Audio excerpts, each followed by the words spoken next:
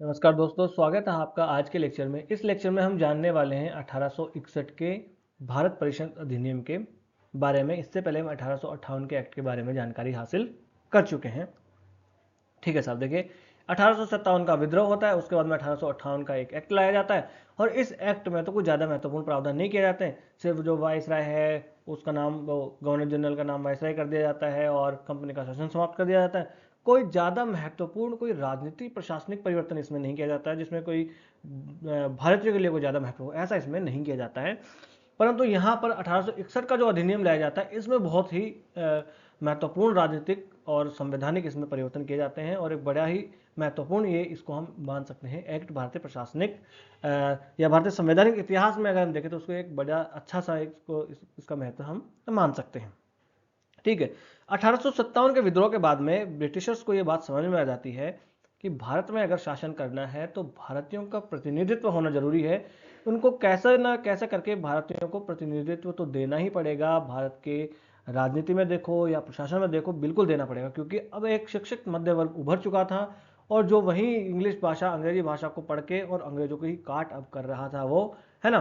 ठीक है, तो यहां पर अब इनको बात समझ में आ जाती है कि ऐसा तो काम चलने वाला नहीं है और अब ब्रिटेन चाहता था कि भारतीयों का सहयोग जो है आवश्यक है और एक सहयोग की नीति के तहत भारतीयों को प्रशासन में शामिल किया जाए। यह बात यहां पर आ जाती है। ठीक है, इसलिए यहां पर प्रतिनिधि संस्थाओं की शुरुआत की जाती है। 1861 के अधिनियम में प्रतिनिधि संस्थाओं की शुरुआत यहां पर कर दी जाती है। किस प्रकार से करती है, देखो यहां पर कानून बनाने की प्रक्रिया में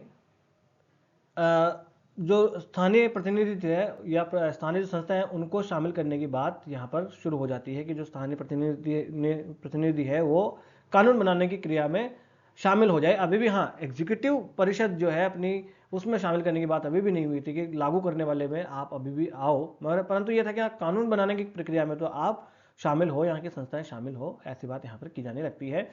तो जो वायसराय हुआ करता था, उस वायसराय की जो विस्तार परिषद थी उसको विस्तार कर दिया जाता है, उसका विस्तार कर दिया जाता है, बढ़ा दिया जाता है और उसमें कुछ भारतीयों को गैर सरकारी रूप से सदस्य बनने के लिए नामित किया जाता है। देखिए, नामित किया जाता है, चुनाव नहीं किया जाता। चुनाव आ जाए तो गलत है, नामित किया जाता था। ऐसे ही वर्ड्स पे जो है यूपीएससी फंसाएगी आपको कि यहाँ पर चुनाव की बात करेगी, नहीं, चुनाव नहीं, नामित किया जाएगा। हाँ, तो गैर सरकारी गैर अधिकारी का मतलब क्या हो गया, जो सरकार के पार्ट ना हो वो गैर सरकारी गैर आधिकारिक हो गए। तो ये भारत के लोग होंगे मगर उनको नामित करेगी, वायसराय की परिषद नामित कर लेगी। ठीक है, तो इस प्रकार से इस एक्ट ने भारतीय, जो भारत की परिषद हुआ करते थे उसमें भारतीय लोगों को नामित करने का प्रावधान यहां पर कर दिया था। और इस प्रकार से देखें तो 1862 ईस्वी में आते आते लॉर्ड कैनिंग ने, कैनिंग ही तो हुआ करते थे इस टाइम वायसराय, 1856 से लेकर 1862 तक इनका कार्यकाल हुआ करता था। ये मैंने ऑलरेडी आपको पिछले लेक्चर्स में बता दिया है ना। और यहाँ पर इन्हें 3 भारतीयों को चुन लिया भाई, 3 भारतीयों को नामित कर लिया कि मेरी परिषद में ये 3 भारतीय होंगे। कौन कौन होंगे, एक तो काशी नरेश जो बनारस के राजा हुआ करते थे, महाराजा, वो एक कहते कि जो पटियाला के महाराजा हैं वो आ जाएं, और एक इन्होंने कह दिया कि सर दिनकर राव जो है, सर दिनकर राव, इनको इन्होंने बोल दिया कि ये तीनों के तीनों जो है मेरी परिषद में होने चाहिए, ताकि ये बात हो जाए कि कुछ भारतीय लोग जो हैं, भारत के ही स्थानीय प्रतिनिधि भी गवर्नर जनरल की या वायसराय की परिषद में हैं, ताकि वो यहाँ के लोगों की समस्याओं को उनके सामने रख सके और भारतीय लोगों के बीच में ये रोष उत्पन्न ना हो कि भारतीय लोगों का तो प्रतिनिधित्व है ही नहीं, भारतीयों की तो कोई बात ही नहीं सुनी जाती, कम से कम ऐसा तो यहाँ पर शुरू हो जाता है। ठीक है, ठीक है साहब। और यहाँ पर जो कानूनी शक्तियां हैं उनका विकेंद्रीकरण भी कर दिया जाता है। देखिए 1833 आते आते तो किस प्रकार से केंद्रीकरण, देखिए 1773 से केंद्रीकरण शुरू होता है, केंद्रीकरण हो जाता है ना शुरू, कि किस प्रकार से बंगाल के गवर्नर को बंगाल का गवर्नर जनरल बना दिया जाता है, मद्रास और बॉम्बे की प्रेसिडेंसियां सारी की सारी उसके अंडर कर दी जाती है। और धीरे धीरे आते हैं, धीरे धीरे आते आते 1833 आते आते तो पूरा केंद्रीकरण हो जाता है कि विधायी शक्तियां भी उनसे छीन ली जाती है, बॉम्बे और मद्रास की उससे असेंबली से, और जो प्रेसिडेंसीज है वहां से, और सीधा का सीधा किसको दे देते हैं, भारत का गवर्नर जनरल बन जाते हैं विलियम बेंटिक, उनकी परिषद को दे देते हैं। ठीक है, परंतु यहाँ पर इस एक्ट के माध्यम से विकेंद्रीकरण धीरे धीरे शुरू हो जाता है और इसी विकेंद्रीकरण की चरम परिणति होती है कि 1835 के एक्ट के बाद में जो स्थानीय सरकारें हैं, जो लोकल गवर्नमेंट है, यानी कि जो प्रोविंशियल गवर्नमेंट है, उनको पूरी तरीके से यहाँ पर स्वशासन मिल जाता है। इसी की चरम परिणति वो हुआ करती थी। है ना। जो बॉम्बे और मद्रास की प्रेसिडेंसियां थी उनको विधानसभा की शक्तियां वापस दे दी जाती है, यानी आप अपना कानून अब खुद बना सकते हो। पहले क्या था, 1833 के एक्ट के माध्यम से पूरी तरीके से ये दे दी जाती है भारत के जो गवर्नर जनरल हुआ करते थे उनको और उनकी परिषद को, मगर अब यहाँ पर कह दिया कि नहीं, आप अपनी शक्तियां आपको वापस मिलेंगी और वो वापस उनको शक्तियां दे दी जाती है, ठीक है। और जो केंद्रीय शासन था उसकी प्रवृत्ति को ये पलटने वाला हुआ करता था, जो 1773 से शुरू होता है और 1833 पर आके खत्म होता है। मैं ऑलरेडी आपको ये बता चुका हूँ। ये कदम जो है भारतीय प्रांतों को आंतरिक स्वायत्तता देने की दिशा में एक महत्वपूर्ण कदम माना जाता है। यहाँ पर भाई अब मद्रास और बॉम्बे प्रेसिडेंसी अपना कानून खुद बना सकती है, तो यहाँ पर ये बात तो हुई ना कि अब उनको आंतरिक स्वायत्तता मिल गई ना उनको, कि वो अपना काम तो अब खुद कर सकते हैं। और यहाँ पर कुछ नई विधान परिषदों का भी गठन किया जाता है। हालांकि मांग तो और भी बहुत सारे की होती है, परंतु इनको अब कुछ जो है विधान परिषदों की यहाँ पर की तो स्थापना की ही जाती है। जैसे कि अगर हम देखें तो उत्तर पश्चिमी प्रांत जो हुआ करता था, नॉर्थ वेस्ट जो प्रोविंस हुआ करता था, जिसमें अगर हम देखें पाकिस्तान वाला कुछ इलाका, पंजाब वाला कुछ इलाका जो है, सब उसी के अंदर आया जाता था। ये पाकिस्तान वाला जो क्षेत्र है नॉर्थ वेस्ट फ्रंटियर ये हुआ करता था, ठीक है। फिर पंजाब के लिए एक ऐसे बनाई गई और जो है इनके इन प्रांतों में यहाँ पर नई विधान परिषदों की स्थापना कर दी जाती है, यानी ये अपना कानून खुद बनाते हैं, बना सकते हैं, है ना, ठीक है। उसके बाद में ये जो योजना बना देते हैं जो कि 1862, 1886 और 1897 में आते आते ये लागू हो जाती है। बंगाल में बना देते हैं, उत्तर पश्चिमी प्रांत में और पंजाब में नई विधान परिषदें बना देते हैं कि ये भी अपना कानून बना दे, खुद बना सकती है, ठीक है। ये यहाँ पर हो गया। हाँ, तो अब यहाँ पर एक नया परिवर्तन और आता है। पहली बार यहाँ पर पोर्टफोलियो प्रणाली शुरू की जाती है। अब आप कहोगे सर पोर्टफोलियो क्या भला है? पोर्टफोलियो का मतलब हो गया, देखो आज आपको पता होगा कि भारत में एक जो है वो डिफेंस मिनिस्टर होते हैं, एक जो है वो वित्त मंत्री होते हैं, एक जो है वो गृह मंत्री होते हैं। हाँ, क्या हमेशा से ऐसा हुआ करता था? नहीं, बिल्कुल ऐसा नहीं हुआ करता था। आज ये जो अलग अलग आपको मंत्रालय देख रहे हैं इसको कहते हैं पोर्टफोलियो। तो ऐसा पहले हमेशा से नहीं हुआ करता था।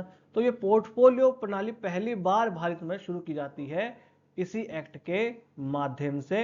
हालांकि जो है लॉर्ड कैनिंग द्वारा 1859 में इसकी शुरुआत कर दी जाती है, मगर अब इसको औपचारिक रूप से स्वीकृति इस एक्ट के माध्यम से दे दी जाती है। 1861 के एक्ट के माध्यम से दे दी जाती है। शुरुआत तो इसकी लॉर्ड कैनिंग ही कर देते हैं 1859 में, ठीक है। तब यहां पर ऐसा होगा कि अब जो है एक सदस्य वायसराय की परिषद का जो होगा वो एक मामलों को देखेगा, एक मामले से संबंधित वो चीजें देखेगा, उस मामले से संबंधित सारे कानून बनाएगा, आदेश सारे जारी करेगा।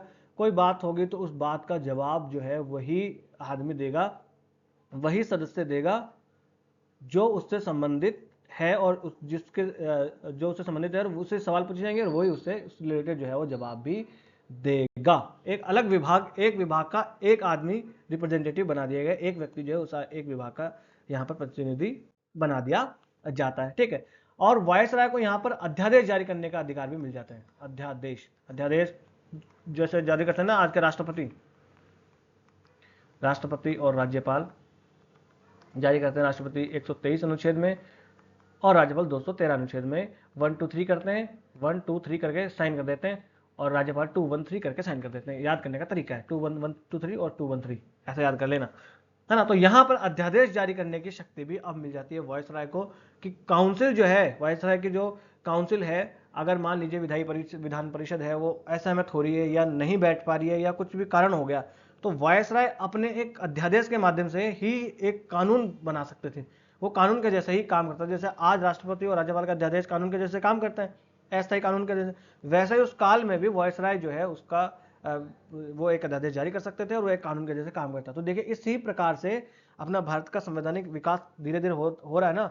अगर आपको पूछे कि भारत के संवैधानिक विकास का चरण बताइए कि धीमी प्रक्रिया थी या ऐसा कोई क्वेश्चन बन जाए, तो आपको ऐसे ही बताना पड़ेगा, एक एक प्रावधान के बारे में बताना पड़ेगा कि 1861 के में देखिए पोर्टफोलियो प्रणाली डाल दी, जो आज मंत्रालय अलग अलग विभाजित होते हैं।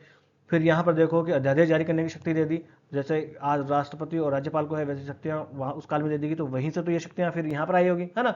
और ऐसे शक्तियों की अधिकतम अवधि कितनी होगी? 6 मंथ, 6 महीने। तो देखो आज भी तो अध्यादेश की जो है वो अधिकतम अवधि 6 महीने ही तो है, 6 महीने तक तो जारी रह सकता है जब उसको उसकी स्वीकृति मिल जाए संसद की। तो ये सारे के सारे प्रावधान देखो कहाँ से लिए गए हैं। ऐसे ही एक एक जो एक्ट है, सिंगल सिंगल एक्ट है, वहीं से अपने यहाँ जो अच्छे अच्छे प्रावधान है वो आज के संविधान में है, ठीक है। तो ये हमने देख लिया 1861 का अधिनियम। बस आज का लेक्चर यहीं समाप्त कर लेते हैं। नमस्ते, धन्यवाद।